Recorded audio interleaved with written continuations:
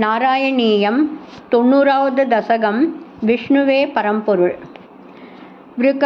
முனிமோகின்யம்பரீஷாதிவிருத்தேஷு ஐதவஹி மஹத்வம் சர்வசர்வாதிஜைத்ரம் திதமிஹ பரமாத்மன் நிஷ்கலார்வாகபின்னம் கிமபி ததவபாதம்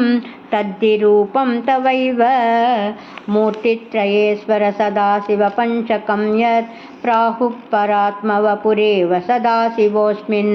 तत्रेश्वरस्तु सविकुण्डपदस्वमेव त्रित्वं पुनर्भजसि सत्यपदे त्रिभागे तत्रापि सात्विकतनं तव विष्णुमाहुः दाता तु सत्त्वविरलो रजसैव पूर्णः सत्त्वोत्कटत्वमपि चास्ति तमो विकार चेष्टादिकं च तव शङ्करनाम्नि मूर्तौ तं च त्रिमूर्त्यधिगतं परपूरुषं त्वां सर्वात्मनापि खलु सर्वमयत्वहेतो संसन्त्युपासनविदौ तदपि स्वतस्तु त्वद्रूपमित्यतिदृढं बहुनः प्रमाणम् श्रीशङ्करोऽपि भगवान् सकलेषु तावत् त्वामेव मानयति यो न हि पक्षपाती त्वन्निष्टमेव स हि नाम सहस्रकादि व्याख्यद्भवत्स्तुतिपरश्च गतिं गतोऽन्ते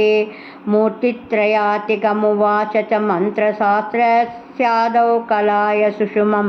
सकलेश्वरं त्वां ध्यानं च निष्कलमसौ प्रणवे खलु त्वामेव तत्र सकलं निजगादनान्यं समस्तसारे स पुराणसङ्ग्रहे विसंशयं त्वन्महिमैव वर्ण्यते त्रिमूर्तियुक् सत्यपदत्रिभागतः परं पदं ते कथितं न शूलिन यद्ब्राह्मकल्पे इह भागवतद्वितीय स्कन्दोदितं वपुरनावृतमीशदात्रे तस्यैव नाम हरिसर्वमुखं जगाद श्रीमाधवशिवपरोऽपि पुराणसारे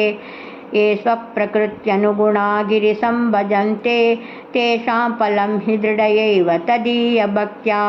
व्यासो हि तेन कृतवानधिकारी हेतो स्कान्तादिकेषु तव हानिवचोर्तवादैः भूतार्थकीर्तिरनुवादविरुद्धवादौ